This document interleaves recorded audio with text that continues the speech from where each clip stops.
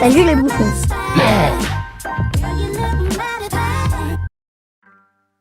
Salut les bouffons. Aujourd'hui, je vais vous parler d'un type de vidéo qui pullule sur YouTube depuis quelques années, les chasseurs de fantômes. Il existe de nombreux groupes de personnes qui s'autoproclament enquêteurs paranormaux et qui passent leur temps libre à enquêter sur des lieux prétendument hantés. Ils arrivent avec des lampes de poche, des magnétophones, des détecteurs de champs électromagnétiques, des caméras vidéo avec vision nocturne, et d'autres appareils qui ne sont pas conçus à la base pour détecter les fantômes. Comme une boîte à musique, n'est-ce pas mon petit Jerry? Mort de rire. Une partie de l'équipement semble scientifique, mais est-ce vraiment pertinent pour mener une enquête d'utiliser ce genre de matériel? Scientifiquement, quelle preuve avons-nous qu'une entité fait fluctuer les champs électromagnétiques, fait baisser la température ambiante, ou utilise des canaux audio pour communiquer? Absolument aucune. Je dirais que vous avez à peu près autant de chances de détecter un fantôme avec un caméscope, une spirit box et un K2, que d'obtenir la vérité d'une plante d'intérieur en lui accrochant un détecteur de mensonges. Loin de moi de dire que les fantômes n'existent pas. Mais c'est tout aussi absurde de prétendre le contraire.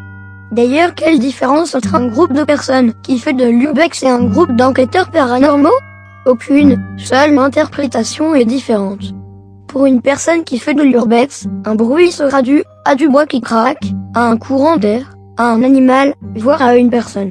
Le même bruit pour un enquêteur paranormal sera dû à un fantôme, un spectre, un démon, un esprit, le diable, que sais-je encore. Et pourquoi la nuit? Qui a décrété que les fantômes se manifestent plus la nuit? Peut-être dorment-ils? Lol. Et pourquoi dans des bâtiments ou des cimetières? Qui peut prétendre que les fantômes restent coincés dans des lieux précis? Encore une fois, personne. Mes chers chasseurs de fantômes, je ne parle pas aux gogos qui font du spectacle, du putaclic et du fake, mais aux personnes réellement honnêtes dans leur démarche. Si vous menez votre enquête avec sincérité, et si vous collectez des données à partir d'appareils de mesure, vous devez prendre plusieurs échantillons à différents moments et sur plusieurs jours. Sinon, comment faire une comparaison?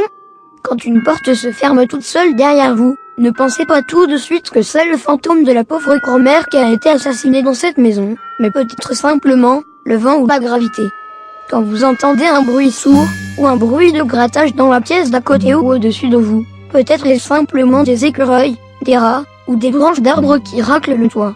Lorsqu'un changement de température se produit, ne pensez pas tout de suite que Satan est là. Lol. Mais pensez au vent et au courant d'air, et au vide présent à l'intérieur des murs. Quand vous ressentez une présence, pensez d'abord aux infrasons plutôt qu'à la présence d'une entité. Si vous voyez quelque chose qui ressemble à une lumière ou à une forme humaine en mouvement, pensez d'abord que votre cerveau vous joue des tours, surtout la nuit.